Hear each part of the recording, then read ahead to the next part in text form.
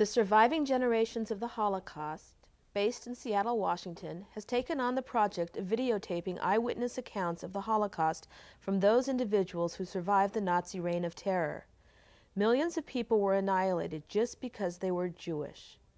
The goals of this project are: 1. To educate the current and future generations about the Holocaust with the hope that those who learn what happened will not allow it to happen again to any group of people.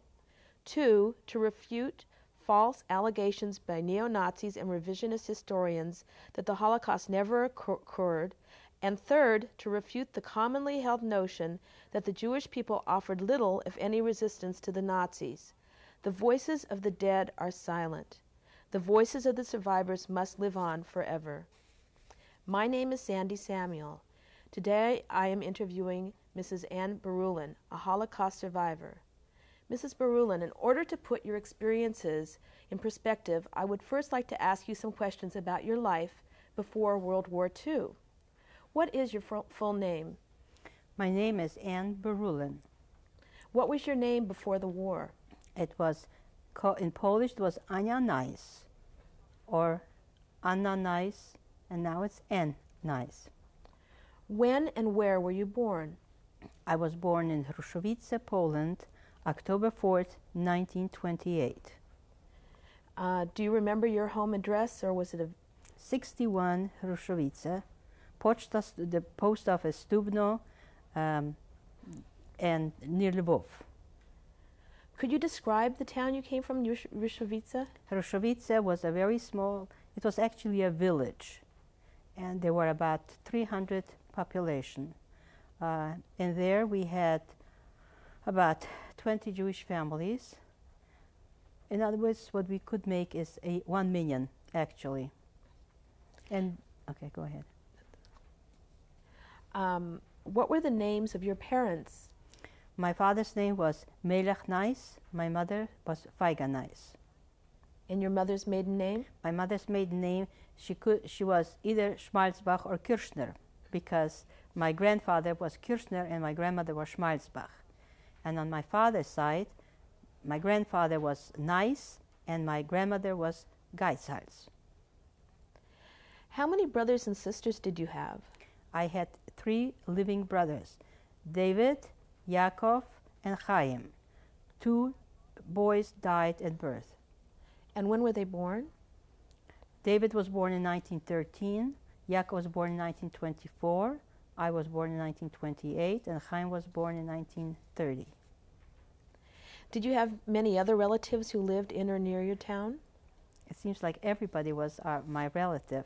My father came from children. He had brothers, Avraham, Yitzchak, Yaakov, and his name was Melech. And then he had sisters, Sarah, Rachel, Rivka. Leah died at birth, and the youngest sister was Malka. And so, of course, we had my aunt Sarah had 13 children. She died at the 13th child. The others also had oodles of cousins. I couldn't even remember how many, but they were about, one time we tried to figure it out, it was around 60 people, just close relatives. Who lived in this town? No, they lived all over, around that little village. What kind of work did your family do? My father had a store, and we also had land. So it was sort of a store of everything. You could buy everything in the store, including cigarettes, which was a big thing, and food. And we had people that worked on the land for us. How would you describe your family's standard of living? Well, as far as I was concerned, it was average in those days. I didn't know about poverty as such, but I was told that there was poverty. My parents were very protective over their children. We had enough to eat. We always had a nice Shabbos. It was always for Friday night, and for the Sabbath we always had nice food.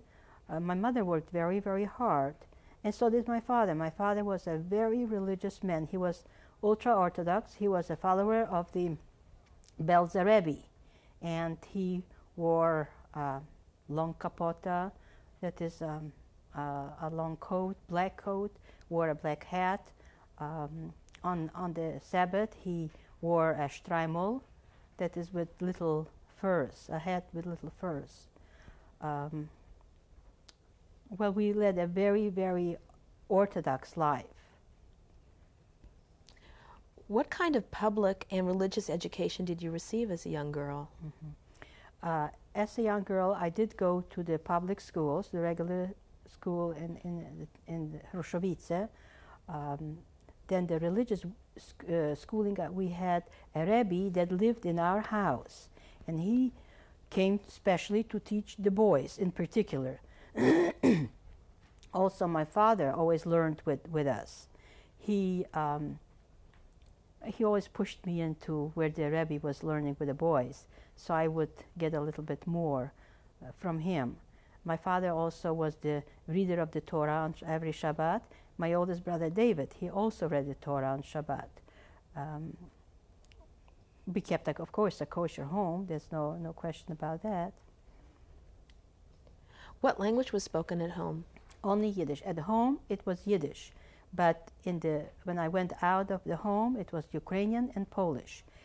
I think that since the age of 3, I could simultaneously speak Yiddish, Ukrainian, and Polish. What language did you study in at school? Polish. Polish was the language that we studied all the subjects, but Ukrainian was like a foreign language, which was really foolish because 90% of the people there were Ukrainian. What kind of relationship did your family and you have with Gentiles in your community? We had very good relationship with the Gentiles. We didn't have much to do with them as such. I never went into anybody else's house except 2 or 3, at the most 4, my Gentile friends. One was the commandant of the chief of police, and his daughter and I, we were the same age, and I would go and play with her, or she would come over to our house. The next door neighbor Eva, with her, I would go to her house. I was permitted there. They knew I could not eat anything in their house. And then another girl in the 5th and 6th grade was in a village of Chotinets, and I could go in there. But we really didn't, we associated with them, but there wasn't any close relationship like the children here have. Was there any anti-Semitism in Hrushovice? Oh yes, oh yes. There was, you see, when my father would be going in the street, even though he was the most educated person, he helped the villagers.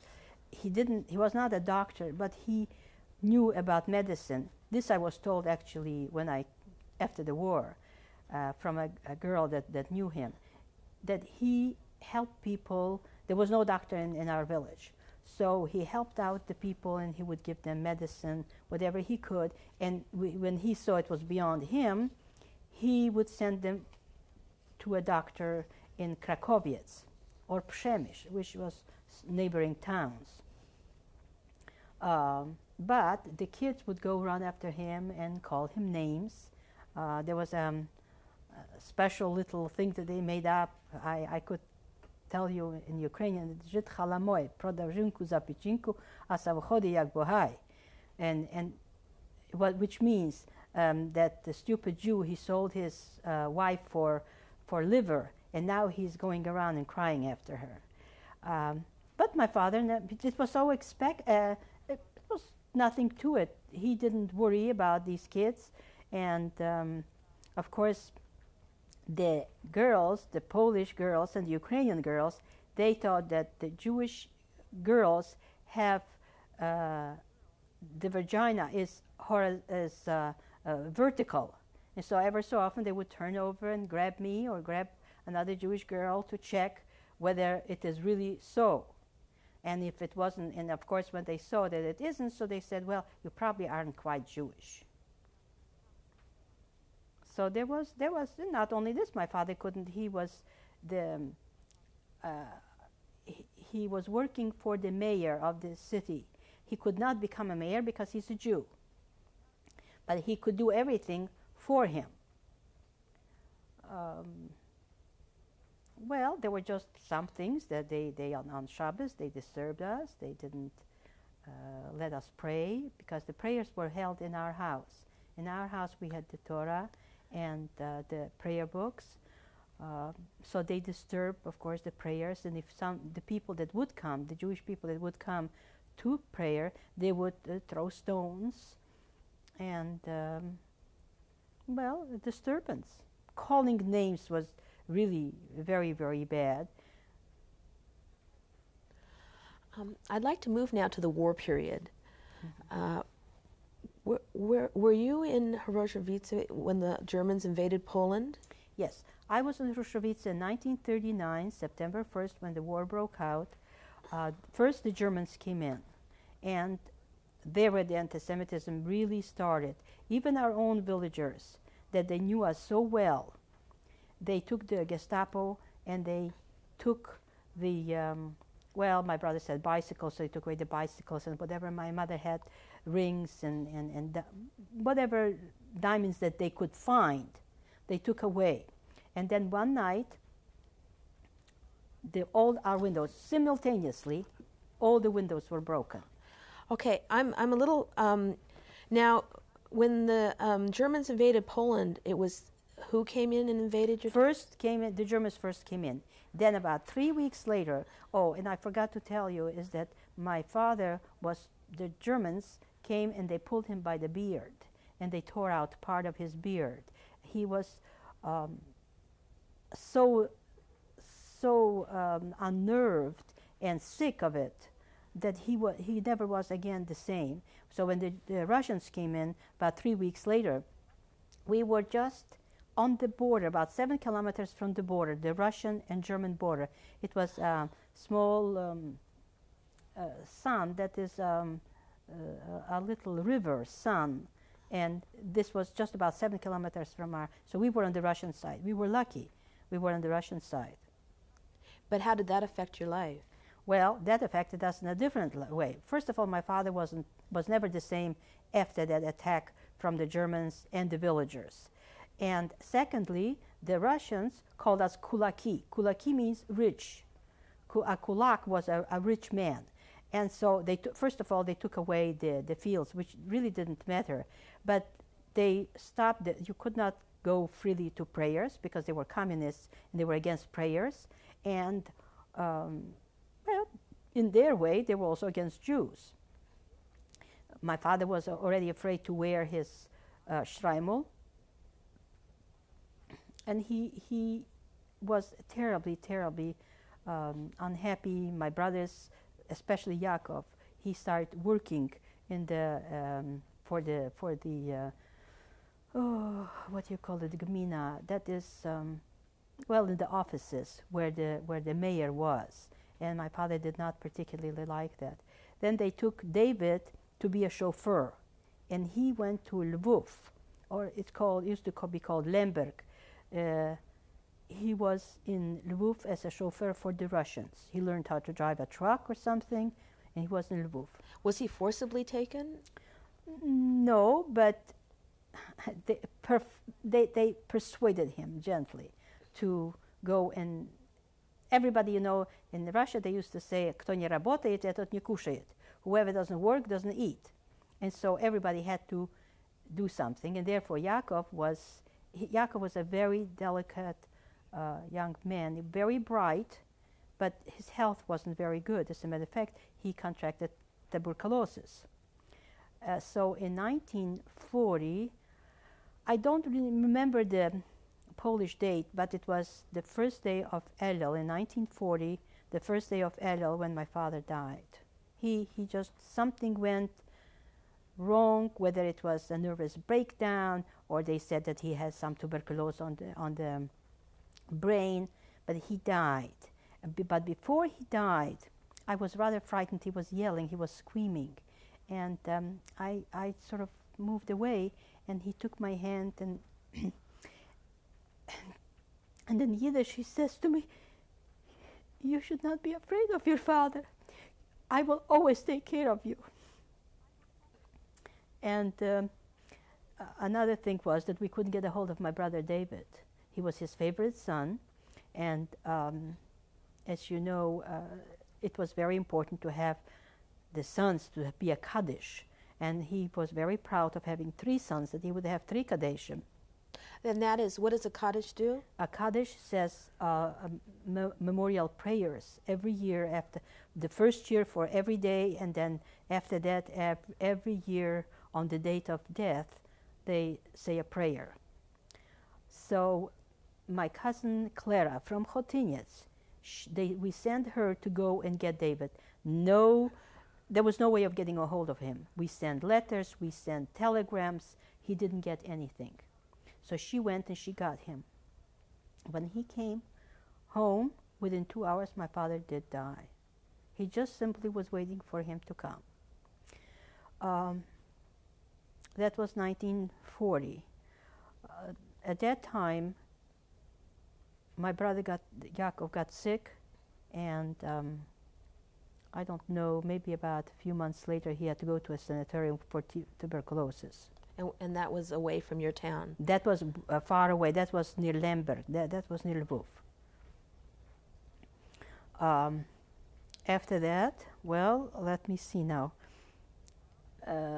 Came in June of 1941. We're sort of skipping the time.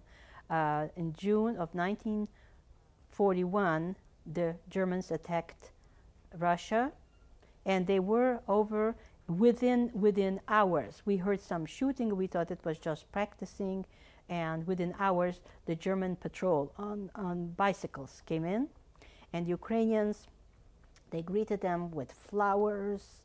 They were just very, very happy to see the Germans come in. So the army that was formed by that were Ukrainian, they immediately gave up. That's why the Germans went very, very quickly through Poland. They just 1, 2, 3. I think within 2 weeks, they conquered the rest of Poland. How did that affect your life at that point? With the Germans in there? Yes. Well, by then, well, my brother was in the sanitarium, and my father was gone already. David was still with us, and my younger brother and I and Mama.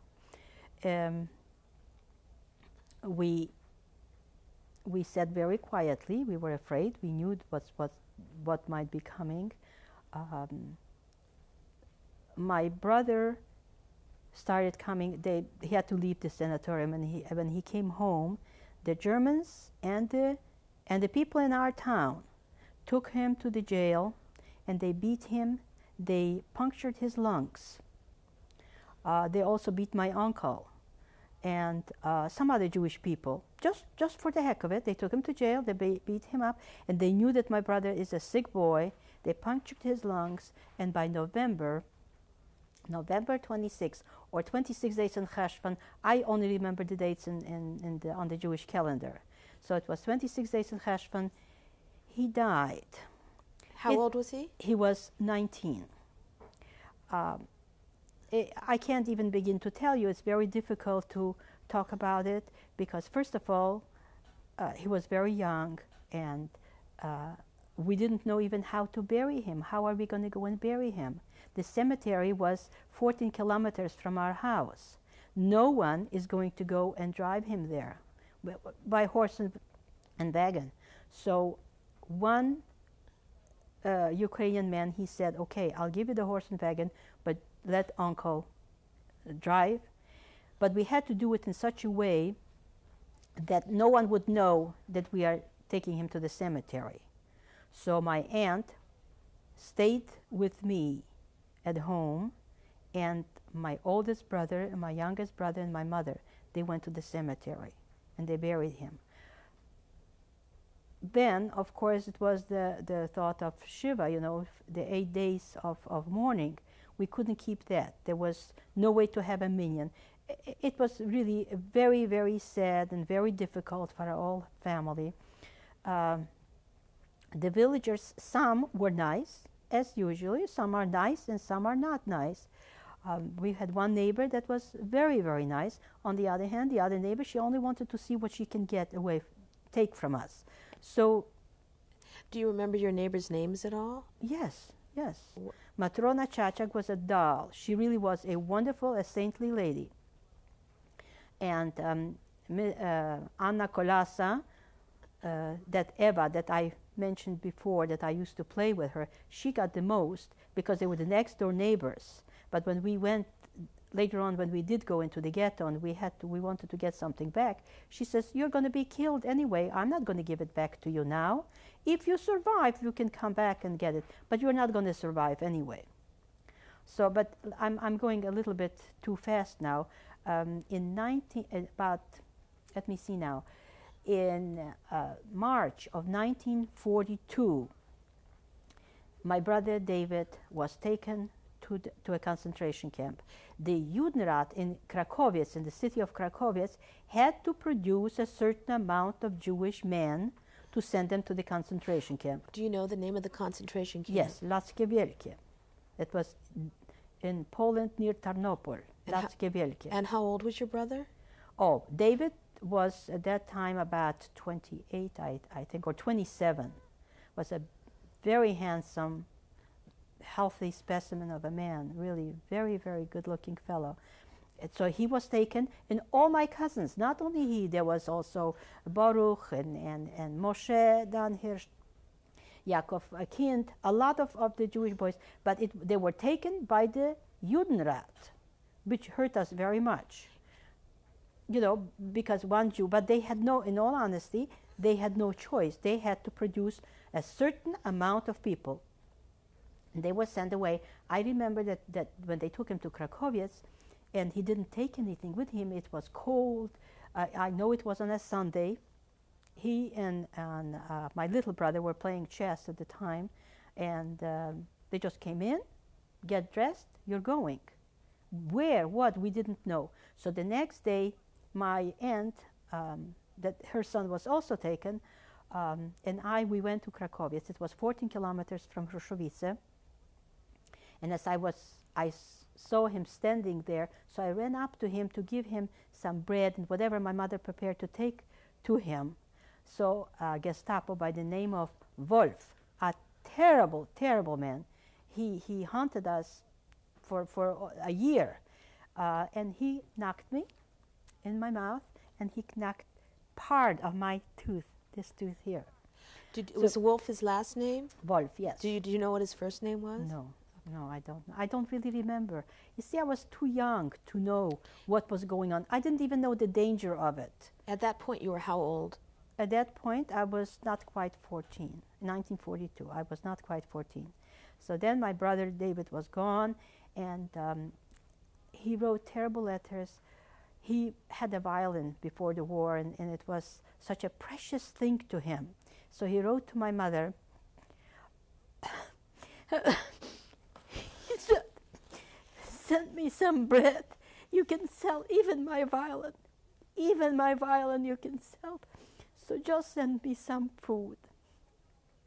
Well, we did send him some food, and we didn't sell the violin, and some neighbor got the violin anyhow. We were hoping that somehow the war will be over and he will survive and he will get his beloved violin. Then in June of 1942, they made a ghetto in Hruszowice. That was the small ghetto. Where was it? It was out, it was right by the police station. It was a police station, and then the ghetto was there. It wasn't too far, you know, at that time, I don't know, maybe it was like 5 blocks from our house. By then, we gave everything away to the neighbors, and we had to take whatever possessions we could take on our backs, and we went to the ghetto. The problem was, the Torah was in our house, and the books were in our house. So we took a few books you can carry easily to the ghetto. And the rest of it my mother buried in the stables there that we had. She dug out a thing, and because you cannot burn holy books, so we buried them. But the Torah was something impossible. First of all, we all wore the Star of David. So wherever I turned around, they would know that I'm Jewish. So what I did is that I took a big shawl like in European women have. I took the big shawl, I turned the Star of David inside, so, and then I carried the Torah like a child. I took it like this, and I carried it like a child. Everybody said, I mean, no one wanted to take it because if you are caught, you're dead.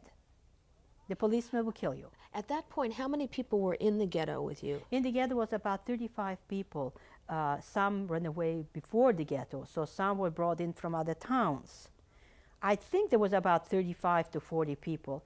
But as a matter of fact, I tried to figure out where everybody was. I really don't know. In one room, we would be like 8, 10 people in a room.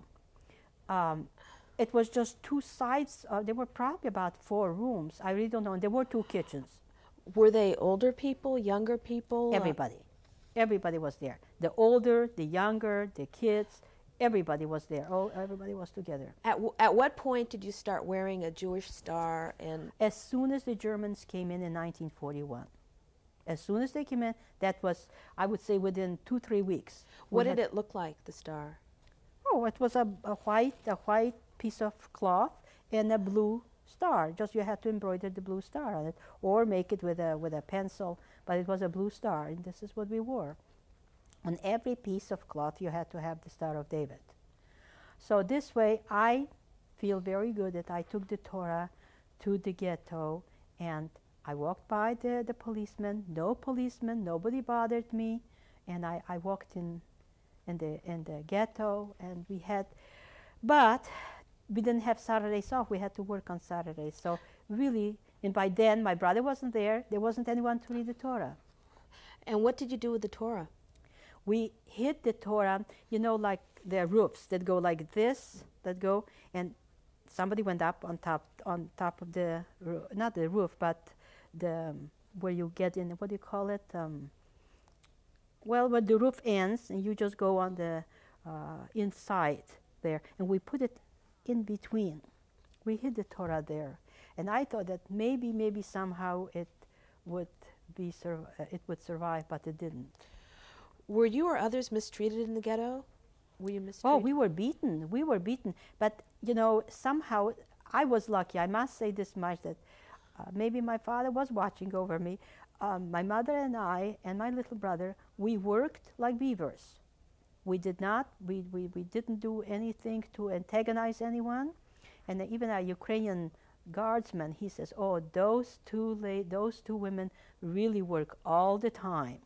And we worked on the fields. Before, we used to hire somebody to work on our fields. This time, we were working on the fields. And we didn't really mind. While we were in the small ghetto, it was still fine, because at night, my mother somehow would go to this Matrona Chachak. That was a wonderful person. She would give us some grains, and she had there a stone that you can make flour. And my mother would make the flour, would come home, and she could bake. And it was still more or less that we didn't starve there, because the people, some people that we did good for them, they reciprocated. Some were terribly mean.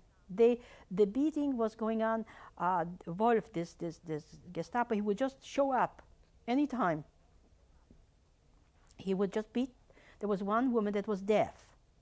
She was also a distant relative. I don't know how related she was, but it seems like everybody was related. Do you remember her name? Sarah Zant, I think, and Bluma Zant. And they beat that poor woman. She didn't hear what they were talking to her.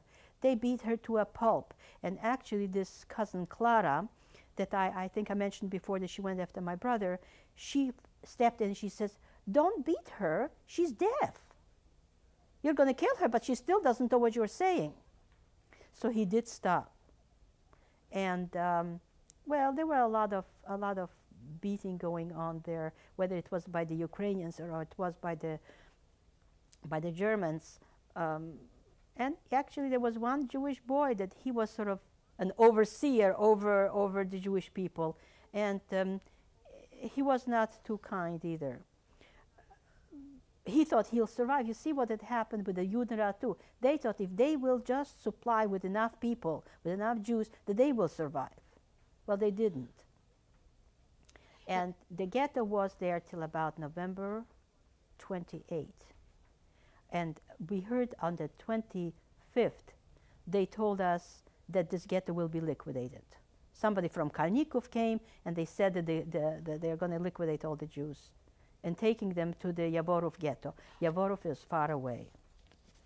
Okay, can I just go back for 1 second? Yes. Can you describe what a typical day was like in the ghetto before it was liquidated, before? Oh, okay. Well, in the ghetto, everybody in the morning, we could have, if we had something to eat, we could eat. And then at 8 o'clock in the morning, we went to work in the fields. And then this one fellow, he told where who is going. And we worked. We did not come home for lunch. We worked till about 5 or 6 o'clock.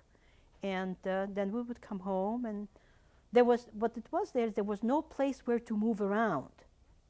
If you have 10 people in a room, you can only sit down on your bed. And you have 2 to a bed.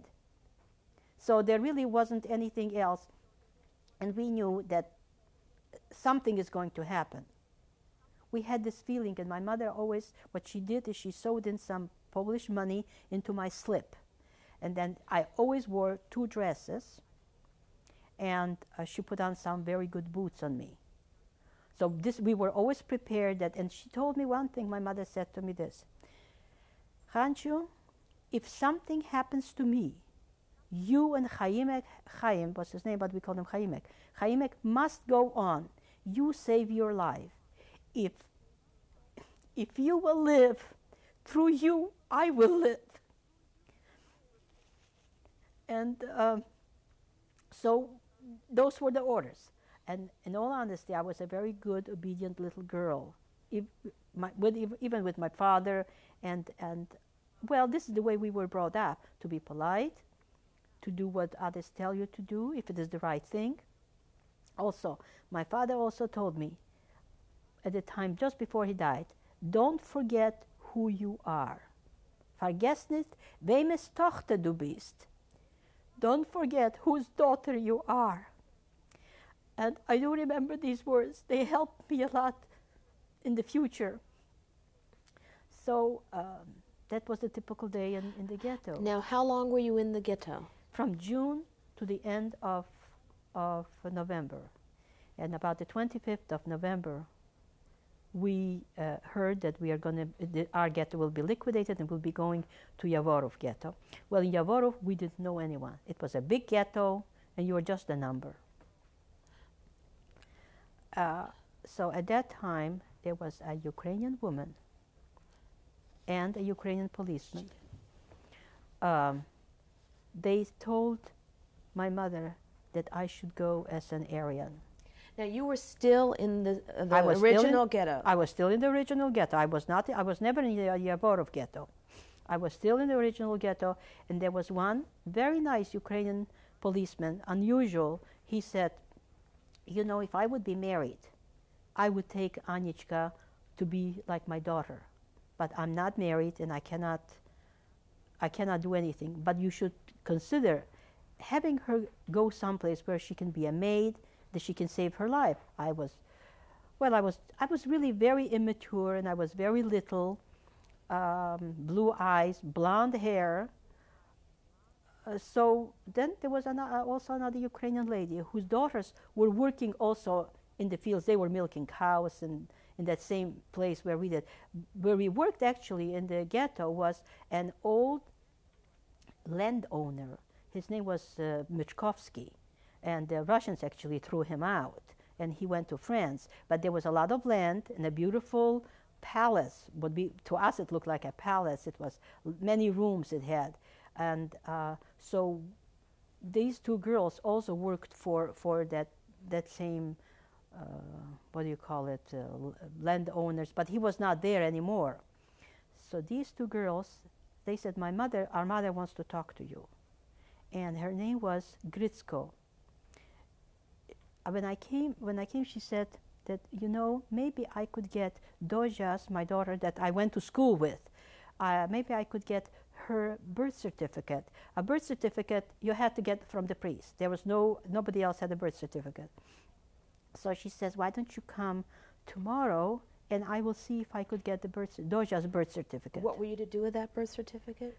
then I could go and if once I have a birth certificate, I could go to another town far away from where I'm known, and I would just say, I'm Teodosia Gritsko, and I'm an orphan. Could I work for you?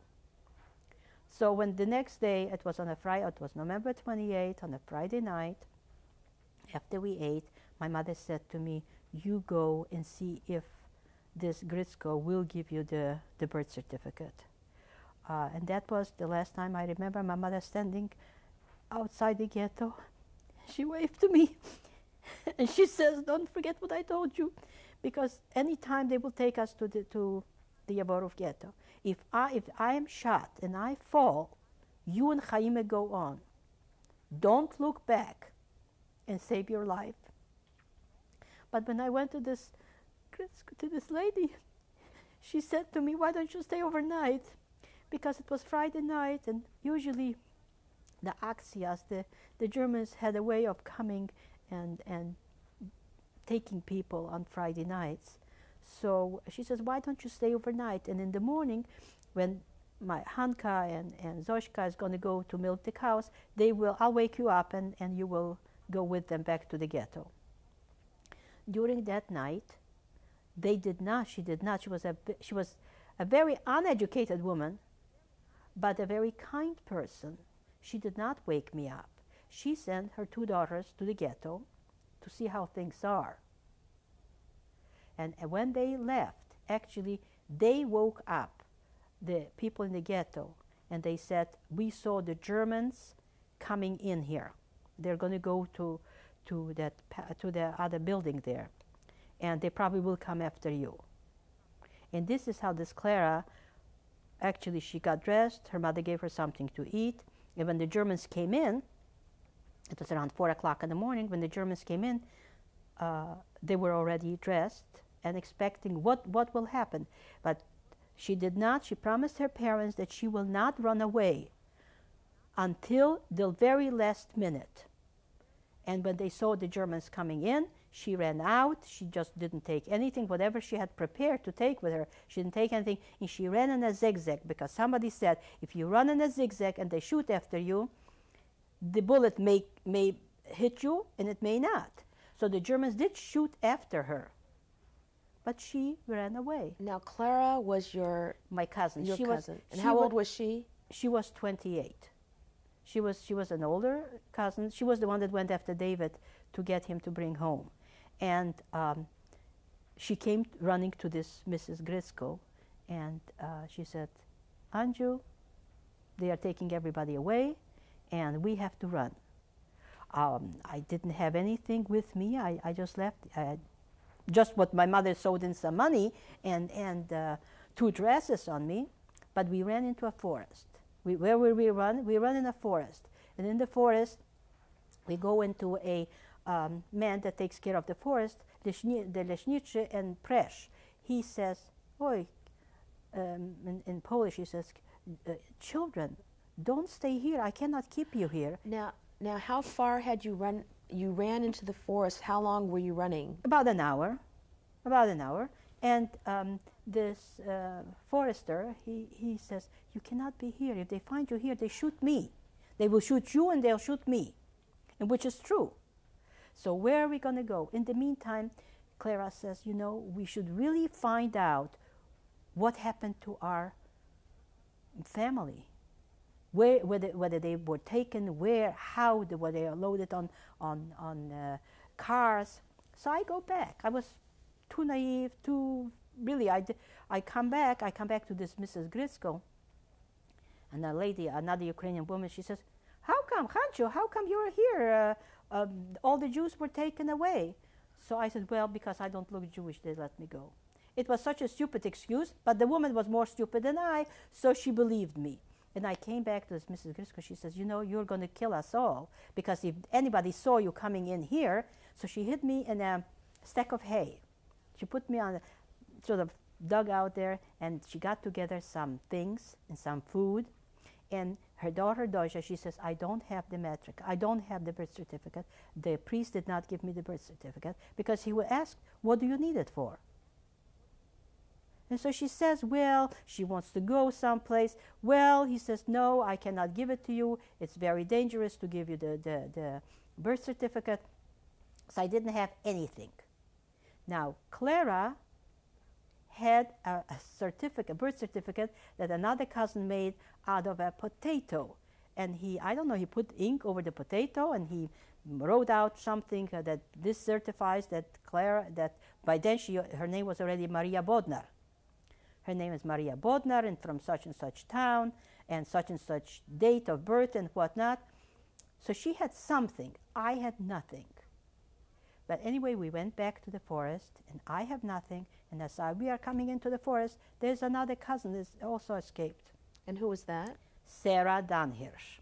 Sarah was a beautiful Jewish girl, but she looked what the Poles term Jewish. Black curly hair, beautiful big black eyes, with a rather enlarged nose.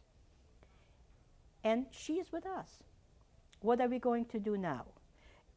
Clara doesn't look exactly Jewish. I definitely don't look Jewish, but Sarah has the papers. Her name, I don't know what papers she had. She got really papers, a birth certificate from a girl in Hrushovice. Well, she's with us, and Clara says, well, we have to do something about it. So we went to Radimno, a little city, Radimno. In Radimno, we come to the train station. The train station, we said, wherever it will lead, if it will go toward the Russian border, which is Lvov, or if it goes to the German border, which is Krakow. Wherever the train will come first, because we have to get out of here. With our luck, there was lots of Gestapo, a lot of big tumult going on there. They caught Ukrainian and Polish girls to be taken to slave labor camps. Those girls also didn't have any papers, but they were all young girls. And Clara comes up to one of the girls that was crying. She doesn't want to go.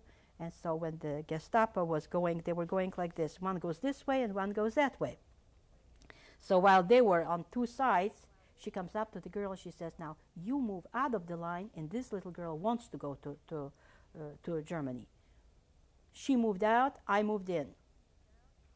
And that they put us on the train. It was a transport. And we went into Krakow. But Clara did not get in there because she was afraid, rightfully so, that I will call her by her name. I was young and I said, Clara, you know.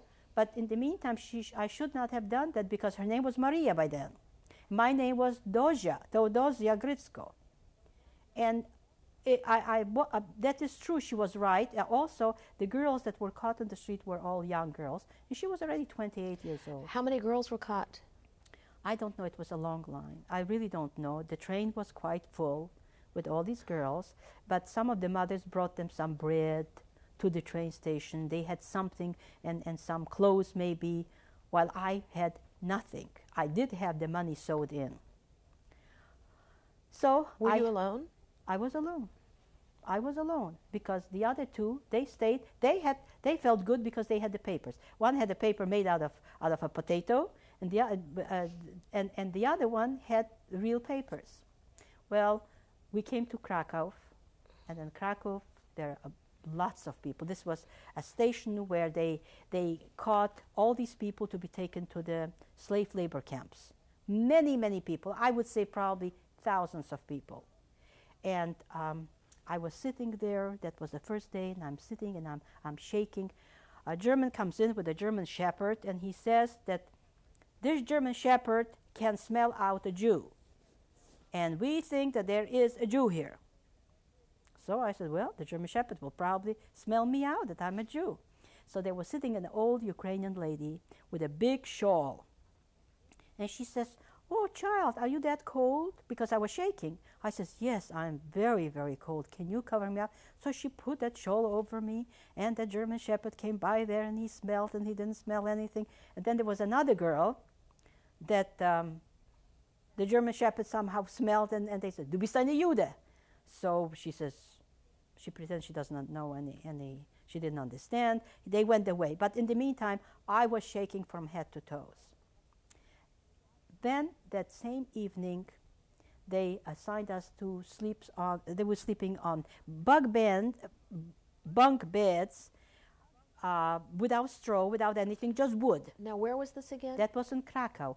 Krakow, it was, what do you call a place where you, they had there, let's say, 1,000 people.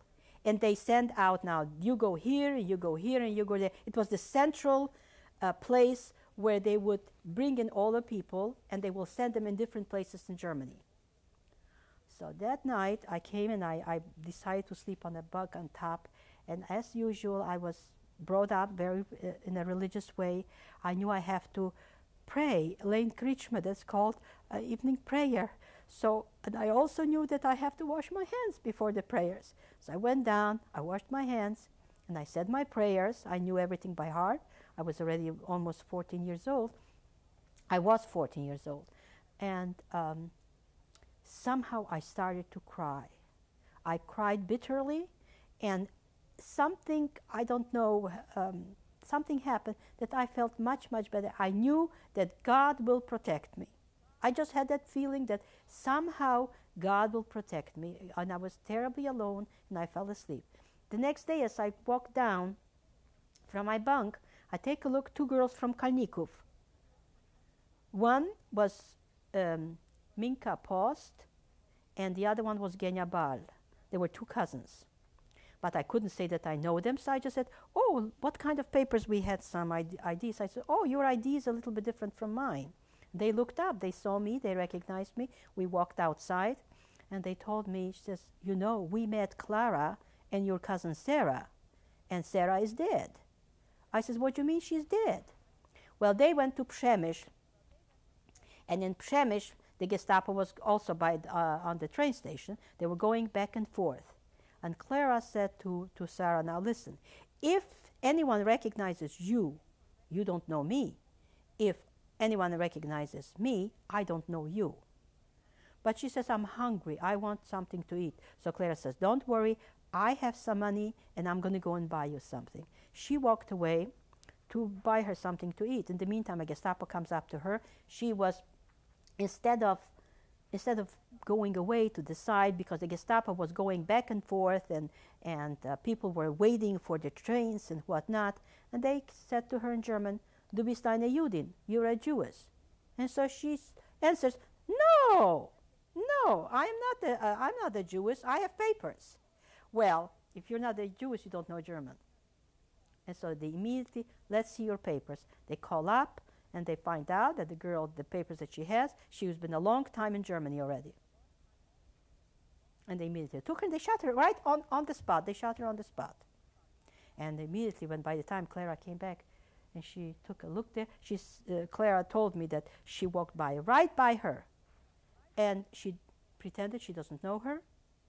They took her, and then all the people that were waiting for the trains, they said, you know, they caught a Jew, they caught a Jewess, they shot her, did you see it, did you see it? And Clara says, no, really, oh yes.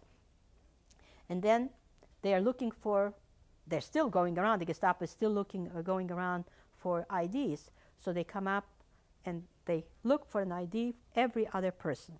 Clara standing in that line, it just happened they skipped her. She was with the ID the stamp was made out of a potato. They skipped her. Now, how did you found these? Well, I found that out after the war because Clara lives in Seattle now. But all these details, but these 2 girls from Kalnikov, well, her name was Minka Post and Genya Bal, they told me that Sarah was shot and that Clara went to Krakow, but she could not get into this building there where they send people off. Anyway, so this, but they are 2 cousins. They have different names. One is Anya something or other, but Minka Post, her name was Katarzyna Catherine Pavlushin. And we stayed together, but her cousin wanted to get rid of her because she really looks typically Jewish, this Minka Post. She really was, again, with the long curly hair, with the dark eyes. I have some pictures of her. But, so she volunteers to go to work for a German landowner. and I am stuck with Minka Post. And so we were assigned, then there was a lot of going on. We were assigned to go and work in a Krautheim Porzellanfabrik. That is, they were making porcelain in Selb. Now, where was this? Yeah. This was in 1942, November 1942. We arrived in Germany sometimes before Christmas in 1942. And we were assigned, there were 20 girls to one room. One side worked for Krautheim, the other side was working for Rosenthal. In that city in Selb, there is Heinrich, Krautheim, Rosenthal, Hutchenreuth, several of those porcelain manufacturing. Fabrik, how is Fabrik? Well, it's where they make the porcelain. I was assigned to go to Krautheim, and this Kasia publisher, I'm going to call her Minka Post, she's with me, and we are in the same room. The Polish girls, okay, there were Ukrainians and Polish girls. And no Jews. No Jews. No, this was, no, nobody knew that we were Jewish. So we are assigned to go, we could go to church once a month. The Ukrainians had a better status because they, they were with the Germans, they welcomed the Germans so very much, but the Ukrainians are more vicious, or at least I found them more vicious. There is no forgiveness, they're just blood. So I decided that I'll stick with the Polish girls, and I said that my father was Ukrainian of the Greek Orthodox Church. The mother was Polish, and she was from the Catholic Church. So if I didn't know something, what to do, one makes the sign of the cross one way, and the other one makes the sign of the cross another way. Whatever I didn't know, I would say, well, my father taught me this way. And if I didn't know something of the Greek Orthodox, I would say my mother taught me that way. But I did stay with the Polish girl. In that camp, there were Polish girls. The Ukrainian girls were taken out to another camp where they were treated a little bit better. Where did you live? I mean... Oh, okay, well, it was called the Fremdarbeiterheim, which means foreign home, a home for foreign workers. It's a slave labor camp. But it was a big building. There was a factory. It used to be, I see I was looking for the word factory. It's a porcelain factory. This was an old factory right across the street from Heinrich factory, the Heinrich porcelain factory. So it was a factory, and they made up, divided into rooms. I was in room 28, and there were 20 girls in that room. There was no room to move. There were bunk beds, so I chose the lower bunk. And so that Mila, she chose the lower bunk. Well, they signed us where to go to work and all that. It was cold, and I didn't have any clothes because that's all that I had with me was a coat, 2 dresses, shoes, and a pair of stockings. That I did have one good pair of stockings. The money that was sewed in wasn't valid because it was Polish money. They only exchanged a very small amount, and that was that. But my luck was this, that I was little. I was very obedient and scared to death. So I was even more obedient. And the women that worked in the factory, they kind of felt very sorry for me. And they would bring me sometimes a piece of bread, and sometimes, an apple. That I somehow did sorry. The food was horrible. They gave us 1 loaf of bread, which was 1 pound of bread for 3 days. And you could have it either you divide it into 3 pieces and you have every day a little piece, or you can have that 1 pound loaf and you divide it yourself. So most girls, they would eat it up, and for 3 days they would go hungry. We would have in the morning was tea. For lunch, we had to go, it was 3 miles to go to the factory. We would go for a little bit of soup. I didn't always want to go to the home, so-called, to the lager, it was called, but we had to go. We could not stay in the factory. So we had to go after you walk for 3 miles there and 3 miles back. That's when you really are hungry. Well, they would give us some soup with some kind of what's that? Kalareba. I don't know what this that was, but it was hardly anything. Never any meat. Christmas time, for Christmas we did have some horse meat. They did give us, that was one time, and we did not work on Christmas Day. But we could go to church.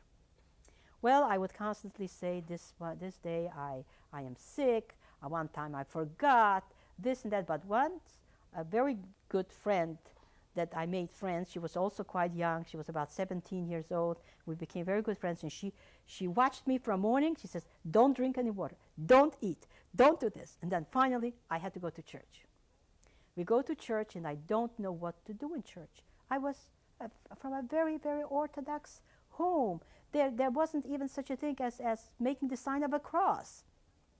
And I'm going to church, and I go with this other girl that I know from Kalnikov, Mila, but she doesn't know what to do, and I don't know what to do. So we stand by the door, and then all of a sudden we take a look.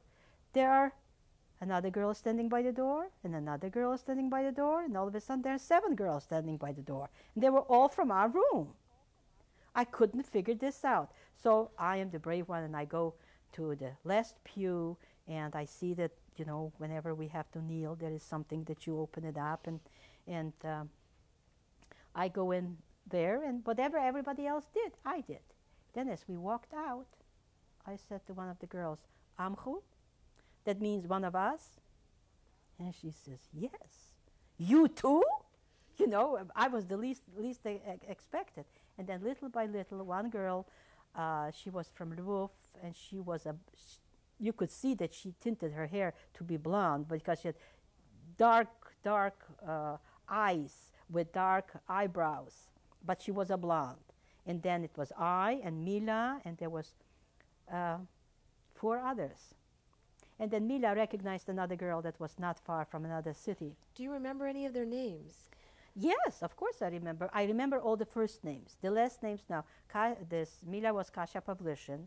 I was Dorothy Gritsko. And there was Marila Kornaga. And there was Hanka. She worked in the kitchen, and I don't remember her last name. And there's another Marila.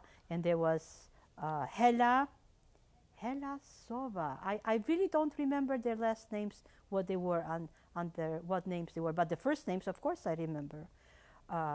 So then we knew that we are all Jewish. Okay, I think we're now going to take a break. Okay.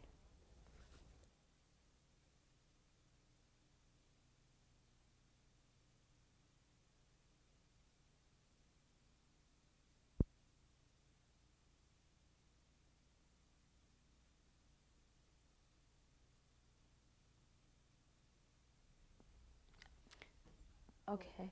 Yeah. This picture is, she's not a Jewish girl, she's a Gentile girl. What I wanted to show is that every one of us in the camp had to wear this. That is in where we worked, the slave labor camp. Everyone, the P stands for Polish, and German Pole. And when was this taken? This was taken in 1944, but as soon as we arrived there, we already gave us, they had it all prepared for all the clothes. We would have to wear the P. So in other words, if I went downtown or wherever I went, they would know that I am not a German. What was the name of this person? Oh, this one was Maria. I don't really remember the last name. Okay. I don't really remember. But she was Polish, and this is my cousin, Clara, in the second from the left. And she, on the other side there, she sent it to me to camp, and she wrote on it that, look how I am smiling, but my heart is full of sadness, and it's wounded forever. And she knew what was happening. Now, this here is myself on the right, and Stefka on the left. Stefka had a stand on the public market, and that's when the pogrom was. In that area, I was there with her while all of a sudden they started to scream, the Jews killed their child. The date? This here was August 11th, 1945.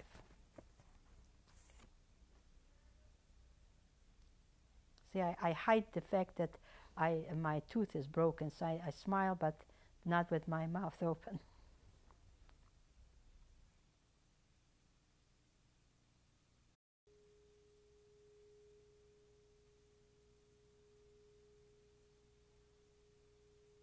Mm-hmm.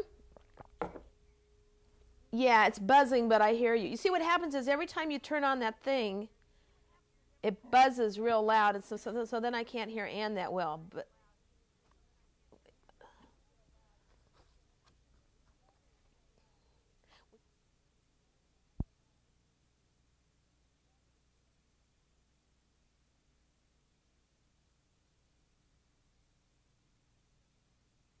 Well, but I do miss a lot. But how can you go through 5 years? okay, okay. Before we continue with the story, can we go back a little to fill in some of the holes that might have been left? Sure. How many years of schooling did you have? 7 years. I stood in Europe. People start at age 7, but I started at age 5 because the school was across the street from our house. My father apparently thought that he has a little genius, so he sent me at the age of 5. But I did go to school only till the age of 12. And what happened to your mother? My mother, what I was told is that she did get to Yavorov. Many people were killed on the way to the Yavorov ghetto. But she and my brother did reach there, but she died of starvation. Apparently there was a lot of typhoid and no food because we were not, and they were not anymore close to our neighbors. But somebody from Hrušovice did go there, and he heard that she died and she was buried in a mass grave. And all those people were taking on wheelbarrows to mass graves. And my cousin Leon Scher also said that that's what happened to my mother, that she died and she was buried. On the other hand, my brother Chaim, he was just a little bit before the age of 13. He was taken to the forest. All those leftovers, they were taken, either they were shot or sent out to Auschwitz. He was chosen to be shot because he was a little kid. They took him to the forest near Yavorov, and all the children were shot there. Okay, thank you. Could you describe the transport that did take you to Selma? Oh, the one from Krakow to Selb. Well, I don't really know exactly how long it took us to go. Probably around a week or so. They were going, but they had always stations where we would stop, and in one place they had us undressed completely nude and go and take some baths for whatever reason, but we were not hurt. Then they went through all our clothes. They disinfected everything that anyone had. Supposedly they returned everything, but my friend, this Mila, that by now she's already Catherine, she had some things stolen and lost. And then we came to the camp. So you were bathed in a mass type of... Oh yes, a mass and all nude.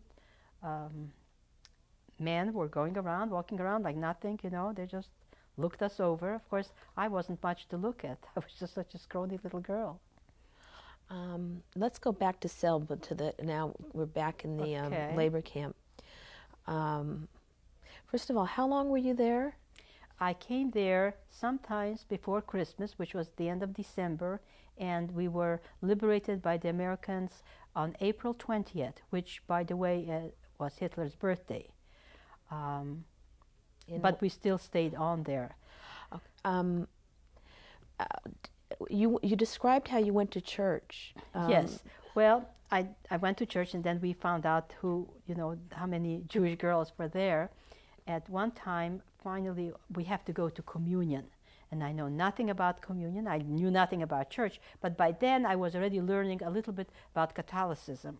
and I learned about the, the prayers and whatnot. And of course, the girls would be getting letters from home and saying, oh, this town was already cleared up out of Jews. There are no more Jews. And what I couldn't understand is that here they were telling me that Jesus died for our sins, and yet they enjoy killing the Jews in the name of Jesus. It really didn't make much sense to me. So one time we have to go to communion. Well, what are we going to do to communion? This girlfriend, she was watching me that I shouldn't eat and shouldn't drink, because before the communion you cannot eat. So we did go to the communion, and I take a look. We go to the priest. Being that he was a German priest, you could not tell him. It was mass communion. In other words, you have about 10 girls will go up, and I see they stick out their tongue, so I do the same thing. I see he puts on wafer, and I didn't know, am I supposed to eat it, or am I supposed to spit it out? So I just bent down my head, and I was watching the next girl. My girlfriend was there, and I was crying, because all of a sudden it came to me, and I just thought, Eli, Eli, lama sabachthani. God, why have you forsaken me? And afterwards, it was over. I just did exactly what the others did. On the way home, my girlfriend, she says to me, Doju, why did you cry during the communion? You don't even, how could you have sinned? You don't even have a boyfriend. To me, I was so stupid. I said, how could I sin with a boyfriend? So she says, you're a total nothing. You're a total disaster. Anyway, one time in the camp also, what happened to me is that I got a sty on my eyes. I still have a part of it in here. Somehow, my eye swelled up. So I had to go to the doctor, and I came to the factory, and Herr Lang was the overseer there. And I go up to him, and he could see. I mean, I didn't even have to tell him anything, that my eye hurts. And he says, oh yes, he gave me a pass to go to this doctor. Well, the doctor was an old goat. I mean, really, he probably was, I don't know. To me, he looked like he's 100 years old. But he probably was around 80, because he was not in the army. So he says, I said, my eyes. And he says, Aussehen. Aussehen means undress. And I says, but it's my eye. Aussehen. He didn't say anything else. So I take off my blouse, and I said, Aussehen. He said Aussehen until I was stark naked. And then I thought to myself, if this man is going to try to do anything to me, by then I already knew what's what. If he is going to do something to me, there were a pair of scissors, there were all kinds of things in the doctor's office. If I kill him or I hurt him, all the girls in the camp are going to be killed. I knew that was for a fact. So what do? I really didn't know. I just looked around, and he probably noticed that I was looking around. After he examined me, he didn't say get dressed, he didn't say anything, he walks out of the office. So I quickly got dressed. I came out of the office, he has a little note. He gave me something on my eye, to put it on my eyes, and he says, you have the rest of the day off. But tomorrow you're back to work. So I went to the camp, back to the camp, and they let me stay. But I was shaking as a leaf. I just didn't know what to make out of it. So humiliated and terribly, terribly frightened. Can you describe what a day was like in the camp? Oh, okay. I think I sort of mentioned that we would, in the morning, we would have the tea, then we go to work. I had 3 different jobs actually during those 2.5 years. One time I was working where the product was finished, the dishes were finished, the cups, and I had to put the finishing touches of it. Then they put me, being that I was so young and they knew that I would not talk about politics, they were also French prisoners there. So they put me to make sort of like pancakes to 2 French prisoners. They were making the molds of the dishes, of the plates, and I gave them just the raw part of it, and I was giving to one and to the other. Well, I didn't talk politics, but I did learn French. And so pretty soon they told me, they had an underground radio. They were French prisoners. They were on the bottom in the camp with windows all painted up, and we were on the top, and our windows were also painted, and the windows were open up like, they were factory windows. They're very, very high. They were like, I would say 5 feet high or so, and you could open them up only from the top. Well, we did find a way of opening from the top. They would let us know where the war was. So they could tell me, or we would send down on a piece of string some notes to them to what is going on. We were not supposed to talk to them. But if you work with two French prisoners, they were sure I don't know French, and the Frenchmen didn't know Polish, and I was supposedly I didn't know German, which I did. So we could communicate with the French prisoners. Talking about the language, there was in the kitchen, one of the Jewish girls worked in the kitchen with German women. And the bugs were terrible in that camp, and lice. So I got the lice. And how do you get the lice out? I thought that with vinegar, you can, if you wash your hair with vinegar or a little bit of vinegar, the lice will go away, or I had a comb to comb them out. So I came to the kitchen and I asked in German to give me a little bit of vinegar. Well, little did I know that this wasn't German, but it was Yiddish. So this girl come up, and I was talking to the German ladies, and she says, "Anna, come here, this little girl, she wants something. What does she want?" And she says to me, "If you don't stop speaking German, you're going to be in trouble," because she knew what I was saying. She says, "Here's some vinegar, and it's not going to help your lice anyway." But it was terrible. The bugs, we had straw mattresses. So the bugs got into that straw. My luck was this, that I was on the bottom bunk, and on the top bunk there was a girl that she never washed, and she smelled horribly. So all the bugs went to her. While I would rather not eat, but I had to wash up. And the bugs did not bother me as much as they bothered her. She was bitten to blood. So could you bathe there? Could you? Oh, well, every Saturday morning we would have some hot water for 4 hours. You had a choice. Either you bathe or you do your laundry. Well, it all depends what somebody, the Verwalter, who was the overseer in the camp, when the girls would bathe, he would just stand there and grin. I mean, really, it was terrible. So I preferred to do my laundry and wash in cold water. And every night I washed. I did have a toothbrush, but I had no toothpaste.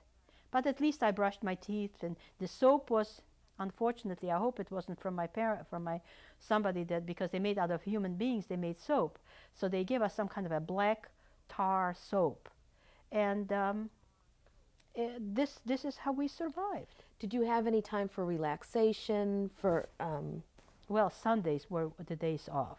Sundays we did not work. Saturdays we worked. Actually, I said before noon, it was Saturday afternoon that we had it for 4 hours, the water, because we worked Saturday till noon, and then we could come home and do. Also, I was going to tell you is that they gave something in the food that we would not have periods. I didn't get my period till practically the end of the war. I was almost 16 and a half years old that I did get the period. But most girls were going around with a stomach like this. I don't know what they were giving them, but they did not get the period. But we could buy some like Kotex, but it was knitted.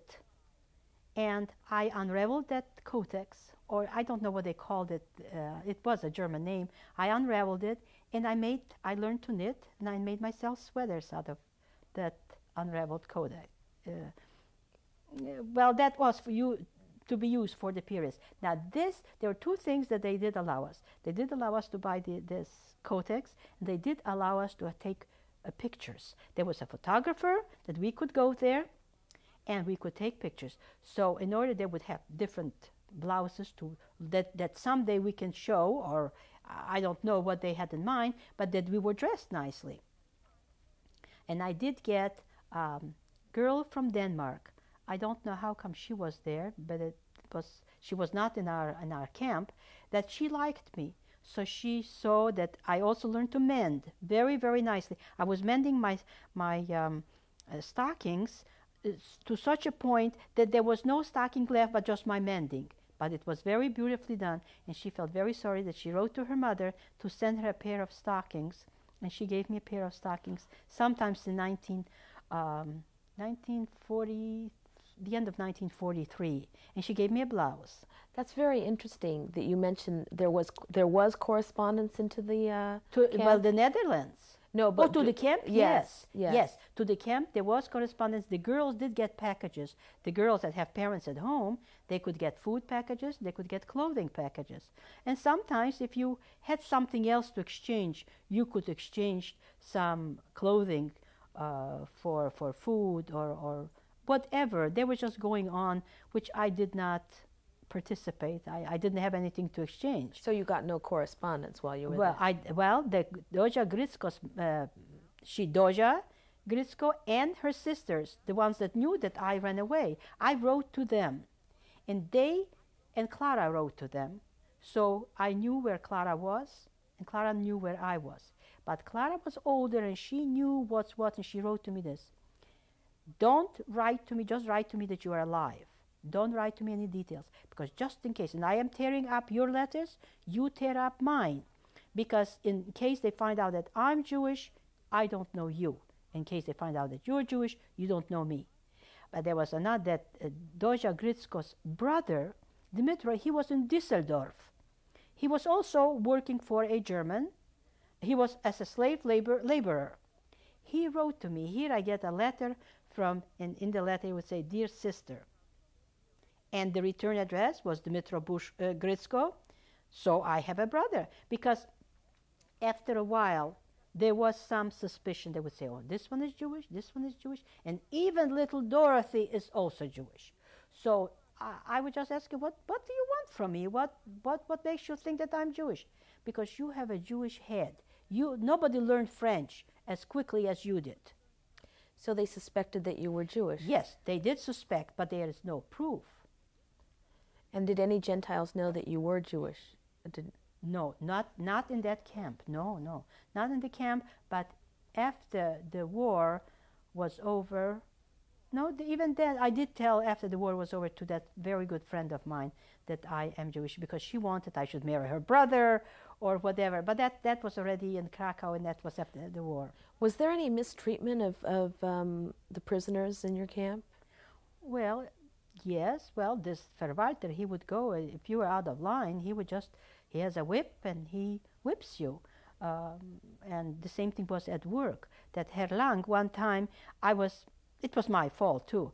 When it's time to quit, let's say around 6 o'clock or 6:30, it's time to quit. So we changed the water and things have to be done. And I was working barefooted because I didn't want to use my shoes, so I don't ruin it. I just had one pair of shoes. So I went and I changed the water a little bit earlier. And he noticed it, and he came and he took me literally and gave me a good shaking, and he says, next time you're going to get a whip. Next time, there was no next time. I didn't do anything wrong. But anyone that did something wrong, but they had to do something not quite right, the biggest thing was there, but not for me, is that the girls did go out with French prisoners on the sly, let's say on a Sunday, on a rendezvous. And if they were caught, they were shot. But that was not my problem. You were in, where were you the day that liberation came? Oh, I was in a camp, and there was a lot of bombing going on.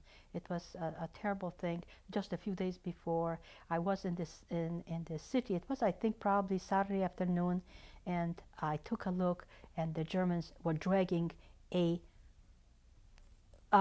prisoner. I didn't know who it was. I know it was not a Russian prisoner, because the Russian prisoners I already knew.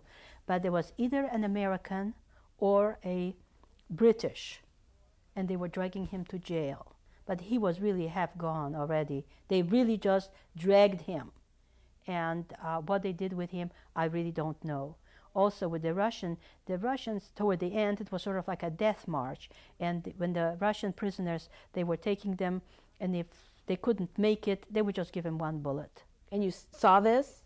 Yes. Yes, it was it was the end of it was toward the end of the war. And we did not get, for the last week, we didn't get any food because the guard ran away. The people in the kitchen still worked, but the guard ran away. And there was just sort of like bedlam. Nobody knew who was doing what. And we knew it is toward the end. It was a matter of surviving. Many girls, poor things, they died of tuberculosis. That was a high rate of death of tuberculosis. It was a lucky thing that I didn't get. You see, if you got pneumonia, there was nothing that they could do for them. Now, this one of the Jewish girls, she actually died after the war of tuberculosis. She had got tuberculosis. They did send her back to Poland because she was so far gone and she had no place to go. She really didn't want to go back to Poland. But she did go and she stayed someplace, and after the war she died. To get back to the Russian, you mentioned that the Russians, there was some death march. What did... Well, it's not. They were taking them. I don't know where the they Germans. The Germans, yes, the Gestapo was taking them someplace. We don't know where, but they were so starved and so hungry. And I always saved cold potato. They would give us the potatoes with the peelings on. Most of the time, the potatoes were rotten, but I would save it that I would have something in the morning.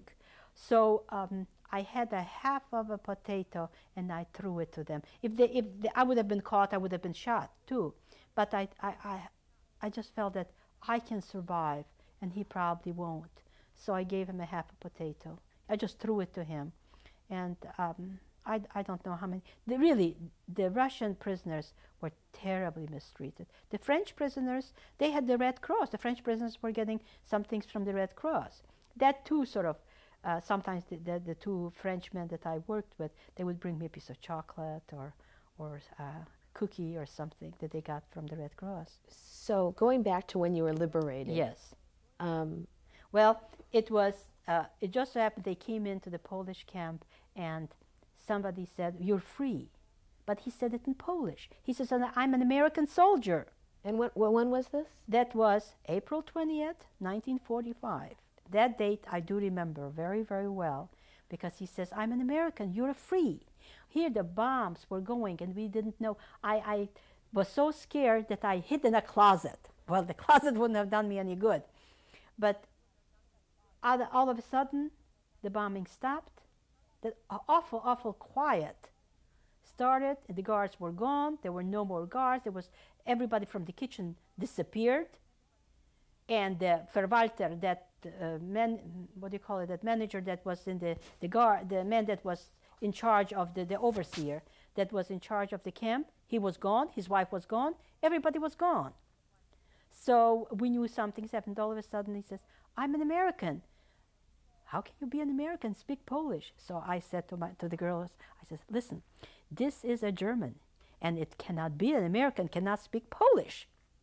And so he says, "I am a Polish, I am in the American army, but I am of Polish parents." I was so suspicious. For a whole hour, I did not go out. I didn't do anything, but anyway, we did know. And then, well, immediately you have a committee. The girls made a committee, and they arranged. Our city that was in Selb, there was lots of food. They had the bakeries, and they had flour, and they baked bread. And they immediately said that to bring bread to all the camps. We were not the only camp. There was a men, camps for men. This was for women, for the Ukrainian girls, there were quite a few camps there because there were so many factories. So we did get the bread. The problem was this, that we were so hungry and our stomachs were so shrunk that when you have fresh bread, in addition to just bread, but also fresh bread, that I got terribly, terribly sick. Diarrhea, many people got cramps that they died. And well, it was good to have the food, but we got it too soon and I wouldn't say too much, but at any rate, thank God that I was okay, and only later on I found out that I had an ulcer. So you were in Selb, and there were committees, and you Yes, the girls they immediately, of course, kicked out that Jewish girl that was in the kitchen too, because they thought that she was favoring some people, and then the Germans went away, so there was another committee that went to the kitchen, and we did get some food. The Americans immediately came in. Of course, some of them, the first night they came in and they wanted to do hanky-panky. So the next day, there was that committee they went to whoever it was, a captain or whatever, and they said, we want our camp closed. And no soldiers to come in. Any girls that want to do something, they can go out, but not in the camp. And they obeyed. And so how long did you remain in Selb? Oh, in Selb, we remained until June. At least June, the end of June. Then they had a transport back to Poland. Did you reveal that you were Jewish at that point? No, I did not reveal that I'm Jewish because we were still among the Polish girls. There was a Jewish man that came. He ran away from Buchenwald. And he came. He said that he's Jewish. But we did not tell him anything. He traveled with us. Then little by little, we would just tell him, you know, this one. I didn't believe him that he is Jewish to begin with. I didn't believe anybody anything. I didn't believe that the soldier the Polish soldier can be an American. And I didn't believe him. Maybe he's just somebody that just wants to know what's going on. So we did go with that transport. We went back to Poland just for a little bit. I went there to see if anyone survived. And who did you go with? I went Mila. Mila was, well, the transport, all the Polish girls that wanted to return could return. But some that did not want to return didn't have to return. Well, I immediately registered to go to America. Even I knew that I'm just going to go, I registered to go to America. But I was registered under a different name. So therefore it didn't do me any good anyway. So you registered with whom to go to America? Well, the Americans immediately established all kinds of committees. You know, where do you want to go? Do you want to go back to Poland? Do you want to remain in Germany? You want to go where is that you want to go? So I said I want to go to America. That I did have some relatives here. We went to Poland. I think it was the very end of June because the war was over, June 6th? I don't remember now when the war was actually over. But we did go as soon as the war was over. And I know it was the end of June. So we were there through July and sometimes in August. We did try to go when Krakow we came to Krakow.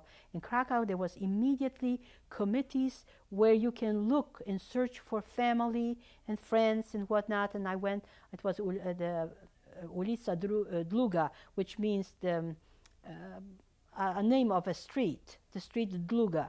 And I wrote in, you know, my name and the family, and many people were going around there. To this committee, I did tell them that I'm Jewish.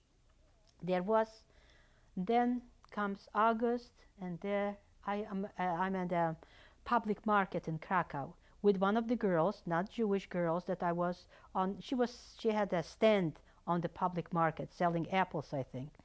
And I'm with her there. There is somebody yelled, "The Jews have killed a child for blood for Passover, for the matzah." This is in August. And why would they all of a sudden, but this is the whole old story again about that they need the blood for matzah. So this, you know, I left Mila in the room where we rented a room there. The landlady threw her out because she wanted our things. And she was caught in that milieu. She did look Jewish, and she was caught. And I come back, there is no Mila. Where is she? I asked the landlady. She said, "And where were you?" I said, "Well, I was at the public market." Well, I kicked her out. I could not risk that I will hide a Jew. So I said, "But you didn't have to hide her, you just didn't have to throw her out." Well, so I said, "Where are our things?" "Well, I took them here." "Well, she's not going to come back." "How do you know she's not going to come back?" "Because they killed her." "Where is she?" She doesn't know. And Mila is not there. So I didn't know. I really thought that she was killed. Well, a week later or 2 weeks later, she did come back. She did survive. But she has, till this day, she has a scar here. And they really, I don't know with what, they hit her in the skull. That's too long of a story, really, how it happened. She... So it was who? The Poles. The Poles. The Poles, yes. They, again, decided to have a pogrom. This is what the pogrom is. They, I don't know, they killed, I think, 8 people at that time, but they really beat up to a pulp a lot of people, but they were taken to the hospital. Mila was taken to the hospital at that time. And, but she survived, and then we said, there's no use to stay in Poland. How would you define a pogrom? How I define a pogrom? Yes. But people just decide to say that we are going to kill the Jews. They just, wherever they see a Jew, they kill him. Or they beat him up. You know, like the Cossacks when they had pogroms. They would just go and shoot and rape. But this time they did not, I don't think as far as I know that they raped anyone, but they just beat them up. And Mila was one of the people that were beaten up to a point that she could not let us know where she was.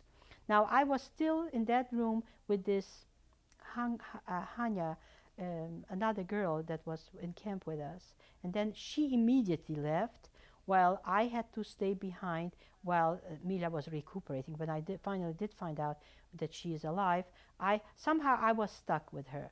She was, I shouldn't call it being stuck with her, but she was older than I, yet she leaned on me.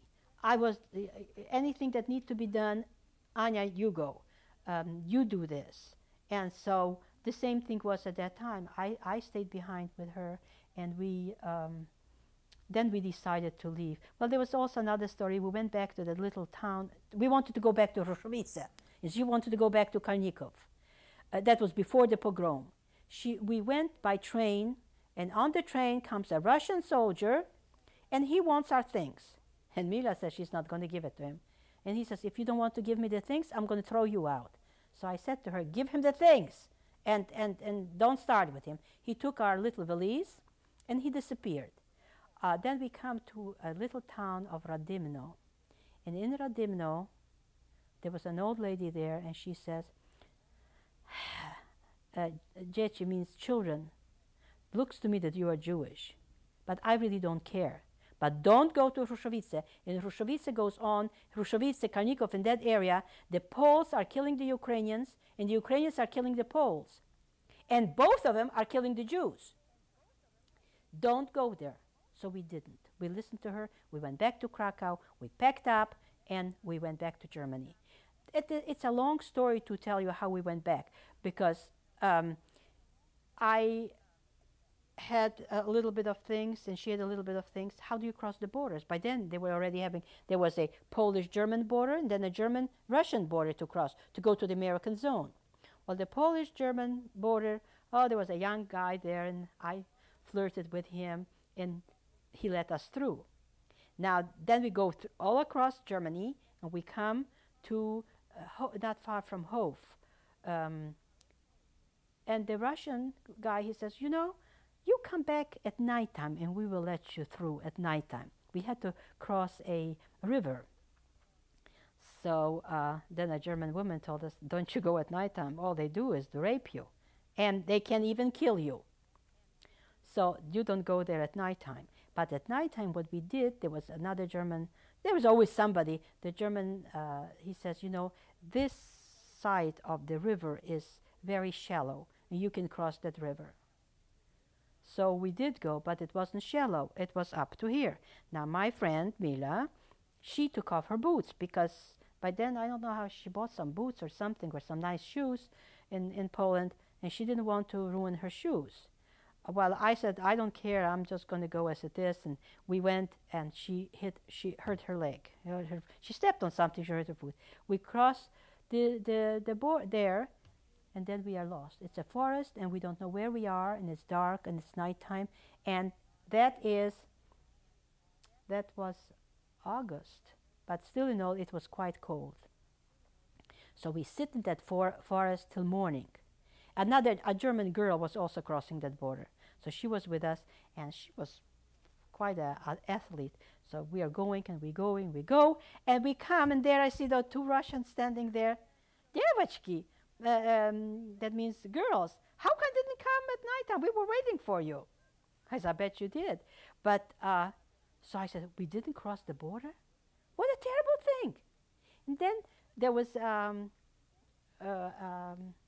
what do you call it, Mostek, that you can go through a bridge.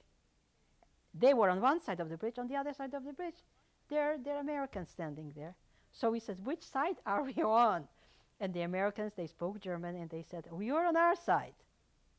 So we went to them, and they immediately directed us where there is a place where they have for displaced persons.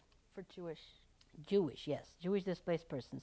And so we came in there, and of course, immediately 2 young girls coming in. There were boys there, and they helped us with whatever luggage we had. And then they said, well, there's a better place than this. And my suspicious mind, I said, well, where is it? Is it also a place? Yes, but it's warm and clean, and the boys are separate and the girls are separate. Fine. So we went there, and a very nice German lady, she was in charge, and she gave us to eat and a bed to sleep. Where was this now? That was in Hof. And I'm trying to think, yes, it is Hof. So from there on, again, where are we going to go? So this young man, he had to go. Now, he was going back to Poland to search for his family. And he started, he wanted to correspond with me and all this and that. So he says, the best place, there is a DP camp in Fürth. But how do we get to Fürth? Hitchhiking. So we go, and you hitchhike, and if you see an American truck or something, you go, and this is what we did. The American truck, American Jeeps, and they stopped, and they took us all the way to Nuremberg. And from Nuremberg, there was like a bus, or the public transportation, and they took us to Fürth. Fürth is just a few miles from Nuremberg.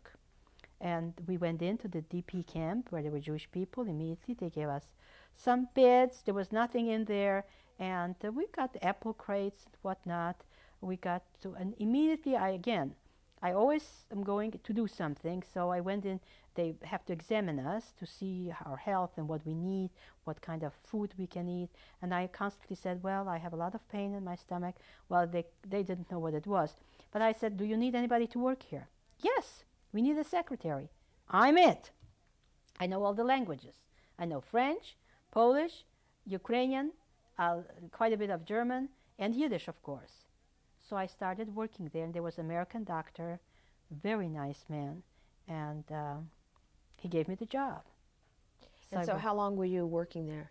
Oh, I worked there for about, now let me see, this was already the end of 1945 or so, or 45, and I was there till 1947, until I came to the United States. And how did you decide that that's where you wanted to come? Oh, well, I didn't. I registered to go to Palestine. At that time, it was Palestine. And I registered to go to America.